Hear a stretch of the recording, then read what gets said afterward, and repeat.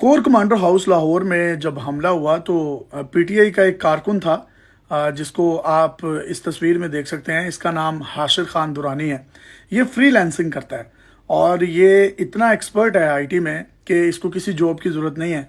ये पाकिस्तान में बैठ के, घर बैठकर, ऑफिस भी नहीं जाता था, कोई 12-12 14-14 घंटे की कोई ड्यूटी भी नहीं करता था, सिर्फ 4-5 घंटे काम करता था और माशाल्लाह ये लाखों रुपए कमा रहा था। एक इंतहाई काबिल नौजवान था। और जब इसने वहाँ पर हमला किया उसके बाद सेल्फी मोड से एक वीडियो बनाई और उसके बाद क्या हुआ, जब फौजी अदालतों में अब 16 लोगों के केसेस चल रहे हैं तो उसमें he is one of them. फौजी अदालत में केस चलने का मतलब ये है कि इस पे गद्दारी तो लगेगी। इसने जो जो एक्ट्स किए हैं या जिन जिन दिफाई तनसीबात पर हमला हुआ या उनमें ये जो बुलवाई थे या इसके साथी थे, वो तमाम के तमाम उसके बाद भाग गए घर से और इनके घरों में पुलिस की रेड पड़ रही है। इस शख्स की अगर आप पुरानी ट्वीट्स देखें जो आज से चंद दिन पहले की हैं, जिसमें इनका कहना है कि मैंने कोर कमांडर हाउस से पाकिस्तान का झंडा उतारा और पीटीआई का झंडा वहाँ पर सर बुलंद किया। खान साहब, इसके बाद पुलिस वाले अब मेरे घर आ रहे हैं और मेरे घर वालों को नाजायज़ तंग कर रहे हैं, रेड मार रहे हैं और मैं भागा हुआ हूँ यहाँ से। मेरे दोस्त भागे में हैं।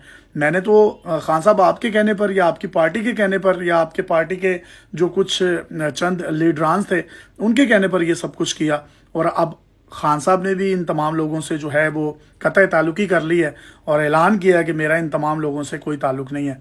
तो कितने ही ऐसे नौजवान हैं, यकीन करें मुझे डेली कोई बेशुमार को 300 से 400 मैसेजेस आते हैं, कॉल्स आती हैं। मेरे रेफरेंस से मज़ीद जो आगे रेफरेंसेस हैं उनकी कॉल्स आती हैं कि शामी साहब हमारा बच्चा एक घर का वाहिद कफ़ील है, उसके साथ ज़्यादती हो रही है, आप काइंडली उसके लिए कोई आवाज़ बुलंद करें। वो उसका अब पीटीआई ने भी इन तमाम बच्चों के साथ अपने ताल्लुकात जो हैं वो ख़त्म कर दिए हैं और उनका कहना है कि हमारा इन लोगों से कोई ताल्लुक ही नहीं है। तो मैं अब उसमें कुछ नहीं कर सकता। इनफैक्ट कल वज़ीर-ए-आज़म पाकिस्तान शहबाज शरीफ साहब ने भी कहा कि वज़ीर-ए-आज़म भी कहेगा तो माफ़ी नहीं मिलेगी। तो इन लोगों को कम से कम, इनके वालिदैन को और कम से कम जो जितने बाकी नौजवान हैं उनको सोचना चाहिए कि पॉलिटिकल पार्टीज़ इसी तरीके से बंदों को यूज़ करती हैं। इन बंदों में, इन कारकुनों में कुछ लोग मर जाते, उनकी लाशों पर जो फिर सियासत होनी थी उसके बदले में ये जितने लीडर्स हैं, चाहे वो नून लीग के हैं, पीपल्स पार्टी के हैं, पीटीआई के हैं, ये तमाम लोग हिस्ट्री उठाकर देख लें, ये डीलिंग करके भाग जाते हैं। और जब भी ये मामलात बढ़ते हैं या कैफियत आती है एक ऐसी दर्द वाली, तो वो उन कारकुनान पर, उनके घर वालों पर आती है।